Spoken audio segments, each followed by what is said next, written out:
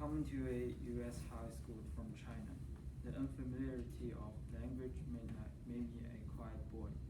I was afraid of talking, afraid of being recognized as a foreigner and language at because of my accent. I can't. This is my first this is my first idea that I came to mind when my English teacher emailed me about a college economic research project. I know it is very difficult to blind into a new culture. Learning a language that you are not familiar with, he wrote. I think your interest in economic would be a great point to start. Fear swallowed me when I read this word. I recalled my performance in class, cheek flushed with embarrassment, trying to find words in English to put in a response for a question which seemed to be so easy to answer in Chinese. Driven by curiosity, my fingers still clicked on the link to the application. I read through the content of the program. Macroeconomic, inflation, income. These words enhanced me. Before noticing, I was researching online using Tor. I never knew myself could read in English about that word, which deeply fascinated me. I flipped it through my dictionary for words I did not recognize, and everything suddenly became so easy. I decided to give it a try. Not surprisingly, the program was very hard for me. As a first year student with bad English, I had to spend twice the amount of time on my reading, searching for each technology term I didn't understand. I struggled when I wrote my first essay since I have zero experience with academic writing. At first, I tried to summarize the article and explain each point in detail, but when I finished, I realized it is just a feedback. It was not enough. Reading through the article again, I found my dictionary direction. Why did the Time Warner and AOL broke up, in my opinion?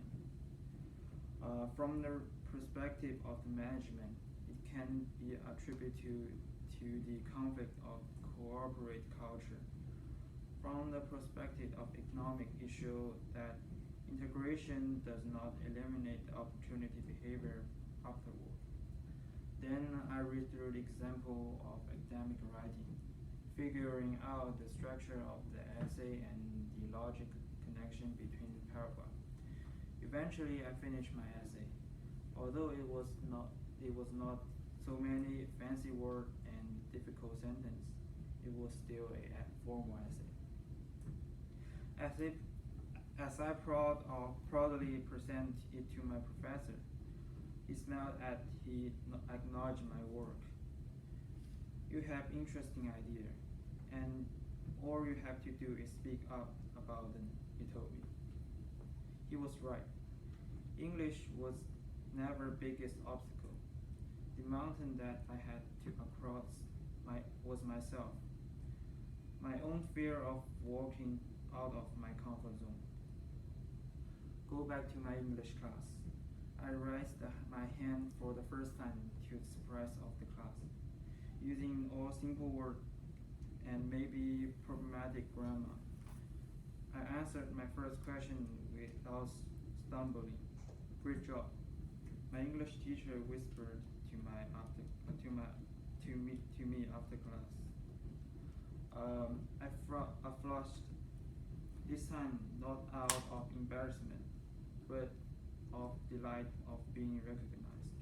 Little by little, I saw myself grow into the person who I always want to be when I was titled, social, confident, and almost importantly, a yes sayer to every precious opportunity that I've encountered in my life. Putting myself out of comfort zone is extremely rewarding. As I become less concerned about making mistakes, and more engaged in learning new texts that used to be foreign to me.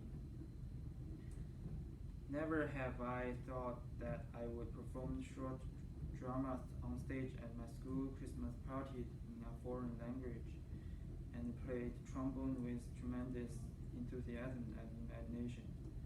When I stood on stage as the star of the intramural music festival singing "See You Again,"